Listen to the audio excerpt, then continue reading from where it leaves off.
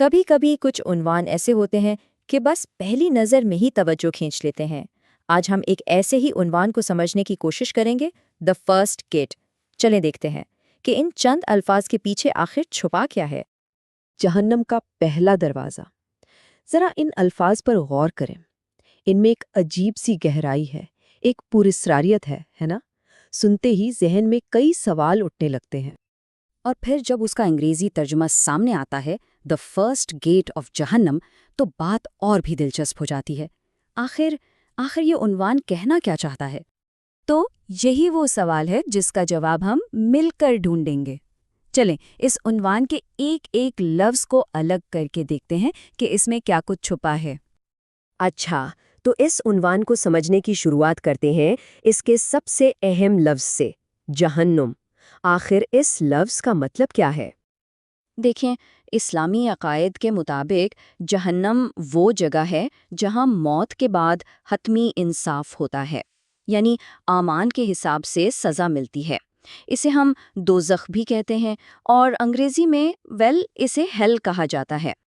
تو جہنم کے بارے میں کچھ خاص باتیں ہیں جو ہمیشہ بتائی جاتی ہیں، جیسے کہ یہ شدید آگ اور عذاب کی جگہ ہے، یہ وہ جگہ ہے جہاں خدائی انصاف ہوتا ہے، اور ہاں، اکثر یہ بھی ذکر ملتا ہے کہ اس کے ایک نہیں بلکہ کئی درجے ہیں، کئی لیولز ہیں، اور یہ گناہوں اور غلط کاموں کا نتیجہ ہے۔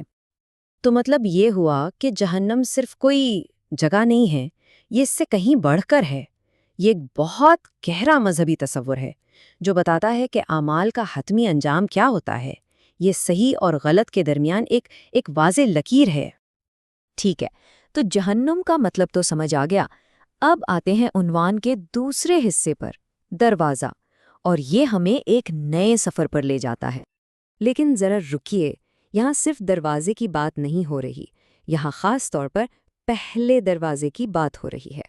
تو سوال یہ ہے کہ اس پہلا ہونے میں ایسی کیا خاص بات ہے؟ اس کی اہمیت کیا ہو سکتی ہے؟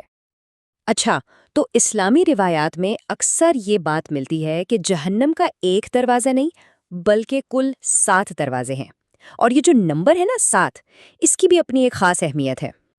اس کا مطلب یہ ہوا کہ پہلا دروازہ صرف ایک انٹری پوائنٹ نہیں ہے، نہیں، یہ ایک پوری ترتیب، ایک پورے سفر کے آغاز کی طرف اشارہ ہے، جیسے کسی سلسلے کی پہلی کڑی ہو یا پہلی منزل۔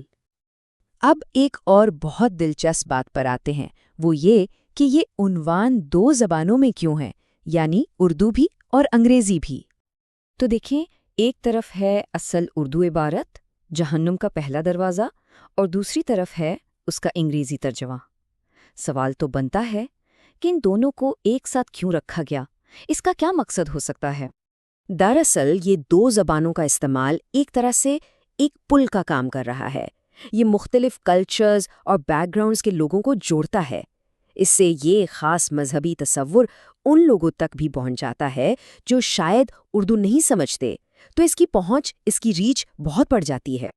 تو اب تک ہم نے جتنے بھی ٹکڑے جوڑے ہیں، چلیں ان سب کو ایک ساتھ ملا کر دیکھتے ہیں کہ پوری تصویر کیا بنتی ہے۔